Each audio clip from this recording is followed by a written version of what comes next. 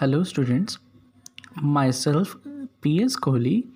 I am assistant professor at Delhi Institute of Rural Development. It's an affiliated college of Guru Gobind Singh Indraprasth University. So students, what we are today going to start, आज हम BA economics honours के second year का एक subject है development economics. हम development economics का एक बहुत ही इम्पॉर्टेंट टॉपिक शुरू करने वाले हैं and that topic is dual gap analysis, और we can say that it is also known as two gap model. तो आज हम ड्यूल गैप मॉडल या फिर हम कह सकते हैं ड्यूल गैप एनालिसिस हम ये आज स्टार्ट करने वाले हैं। सो लेट अस स्टार्ट, शुरू करते हैं। तो 1960 में कुछ इकोनॉमिस्ट ने एक रिसर्च वर्क स्टार्ट करा था। उस रिसर्च वर्क में उन इकोनॉमिस्ट ने ये देखा कि मेनली वो रिसर्च वर्क डेवलपिंग कंट्रीज़ में कंडक्ट हुआ था। तो उन्होंने ये चीज़ देखी कि हर डेवलपिंग कंट्रीज़ में टू टाइप के गैप्स एग्जिस्ट करते हैं। क्या एग्जिस्ट करते हैं? दो तरह के गैप एग्जिस्ट करते हैं। तो वो दो गैप्स कौन से हैं? पहला गैप है सेविंग और इन्वेस्टमेंट का गैप, और दूसरा गैप है एक्सपोर्ट और इंपोर्ट के बीच का गैप। जो एक्सपोर्ट और इंपोर्ट के बीच का जो गैप होता है उसे हम फॉरेन एक्सचेंज गैप के नाम से भी जानते हैं। So no need to confuse.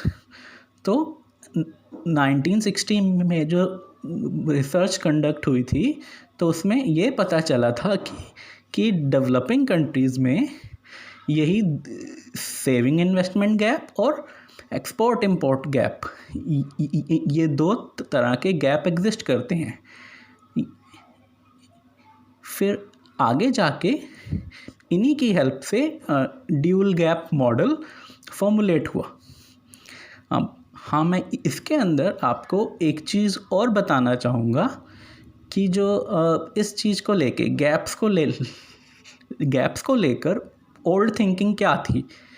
तो ओल्ड टाइम पीरियड में जो इकोनॉमिस्ट थे वो ये सोचते थे कि जो फॉरेन एड्स होती हैं, जो डेवलप्ड कंट्रीज से जो फॉरेन एड्स मिलती हैं, वो सिर्फ़ और सिर्फ सेविंग और इन्वेस्टमेंट के बीच का गैप ही फिल कर सकती हैं।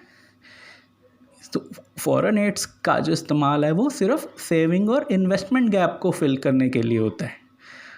बट जो ड्यूल गैप मॉडल है वो इस बात को डिस्कार्ड करता है। According to dual gap model, ये मॉडल कहता है कि जो फॉरेन एड्स होती हैं उससे एक नहीं दो तरह के गैप फिल करे जा सकते हैं। पहला gap saving and investment gap, और second gap is foreign exchange gap, और we can say that export import gap, export और इंपोर्ट के बीच का गैप। तो हाँ, मोरओवर मैं आपको इसके अंदर कुछ और एडिशनल पॉइंट्स भी बताना चाहूँगा कि अधिकतर डेवलपिंग कंट्रीज़ में, अंडर डेवलप्ड कंट्रीज़ में ये पाया गया है कि जो फॉरेन एक्सचेंज गैप होता है वो सेविंग और इन्वेस्टमेंट गैप से ज़्यादा होता है। It has been seen that foreign exchange gap is larger than saving and investment gap. और second thing I want to tell you that is that foreign aid must fill at least larger of the two gap. अगर foreign ads जो भी हमें developed country से receive हुई है, अगर वो दोनों गैप्स को फिल ना कर पाए तो वो एटलीस्ट जो लार्जर गैप है वो उस लार्जर गैप को ज़रूर फिल कर सके। इतना फॉरेन एड होना चाहिए। और ओवर एक चीज़ और मैं इसमें आपको बताना चाहूँगा, वो यहाँ उतरी हुई है, ऊपर आप देख सकते हैं, larger foreign exchange gap results in BOP deficit on current account. अगर किसी भी देश में फॉरेन एक्सचेंज गैप यानी कि एक्सपोर्ट और इंपोर्ट में अगर बहुत ही ज़्यादा गैप होगा, उससे बैलेंस ऑफ पेमेंट अकाउंट में डेफिसिट अकर हो सकता है।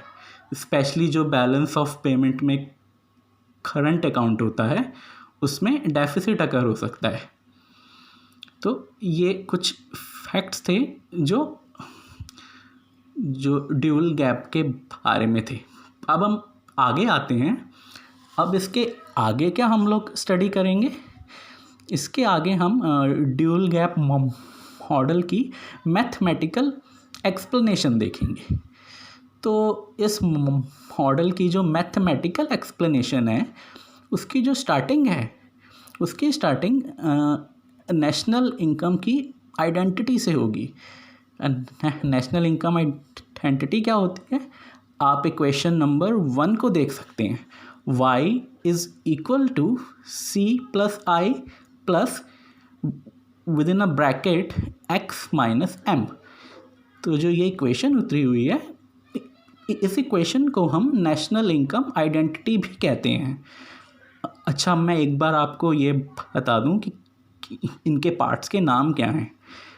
In equation 1, y stands for national income, C stands for consumption, I stands for investment and X stands for export and at last M stands for import. तो ये हमारी national income identity है। अब अगली चीज़ जो मैं इसके अंदर आपको बताना चाहूँगा वो ये है कि इस नेशनल इनकम आइडेंटिटी की हेल्प से फॉरेन एक्सचेंज गैप और सेविंग इन्वेस्टमेंट गैप कैसे ऑब्टेन होता है, ये कैसे डिराइव होता है, आओ हम इस चीज़ को जानते हैं। वो नेक्स्ट पेज पर है। अच्छा, हाँ, अब हम स्टडी करने वाले हैं derivation of 2 gaps from equation 1। मतलब कि नेशनल इनकम की जो आइडेंटिटी है उससे फॉरेन एक्सचेंज गैप और सेविंग इन्वेस्टमेंट गैप कैसे ऑब्टेन होता है।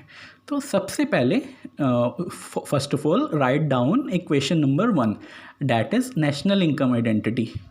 तो हमने इक्वेशन 1 यहाँ पे लिख ली और वो इक्वेशन है y equal to C plus I plus within a bracket x minus m।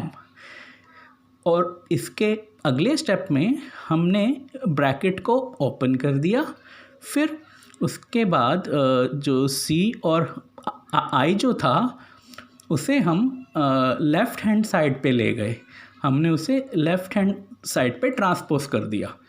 So thereafter we get y minus C minus I equal to x minus m। इसके बाद अगर हम अगला स्टेप देखें, हमने y minus C को एक bracket में लिख दिया। अच्छा, तो y माइनस C को अगर हम देखें तो वो होता क्या है? We know that y is equal to C plus m, C plus f।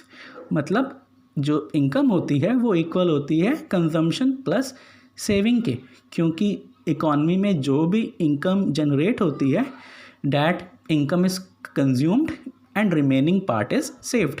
So y is equal to C plus f। फिर हम C को लेफ़्ट हैंड साइड पे ले गए, so we get y minus C equal to S। तो इसका मतलब ये हुआ कि इनकम माइनस कंजम्पशन सेविंग के इक्वल होता है। तो इसीलिए हम y माइनस C को S लिख सकते हैं। तो इसीलिए हमारे पास आ गया S minus I equal to x minus m। फिर इसके बाद हमने फर्दर स्टेप में कुछ चेंजेस करे, जैसे कि s माइनस I को हमने लिख दिया माइनस I प्लस s, और ऐसे ही x माइनस m को हमने लिख दिया माइनस m प्लस x। फिर उसके बाद हमने दोनों तरफ माइनस का साइन कॉमन लिया, माइनस का साइन कॉमन लेने के बाद वो माइनस साइन कैंसिल आउट हो गया। सो एट लास्ट हमारे पास क्या रह गया, I minus S equal to M minus X. तो मैं आपको बता दूं, आई माइनस एस ये डोमेस्टिक सेविंग इन्वेस्टमेंट गैप होता है और M minus X foreign exchange gap होता है। So now domestic saving investment gap is equal to foreign exchange gap. तो इस तरह से हम नेशनल इनकम आइडेंटिटी की हेल्प से दोनों टाइप्स के गैप्स ऑब्टेन कर सकते हैं। तो आज के लिए इसमें इतना ही था। इसकी जो फर्दर एक्सप्लेनेशन है हम अगले वीडियो लेक्चर में देखेंगे। और एक चीज़ और, इस कॉन्सेप्ट को स्टडी करने के बाद आप इन 4 क्वेश्चंस का आंसर दे सकते हैं। तो आज के लिए इतना ही था। Thank you, have a great day.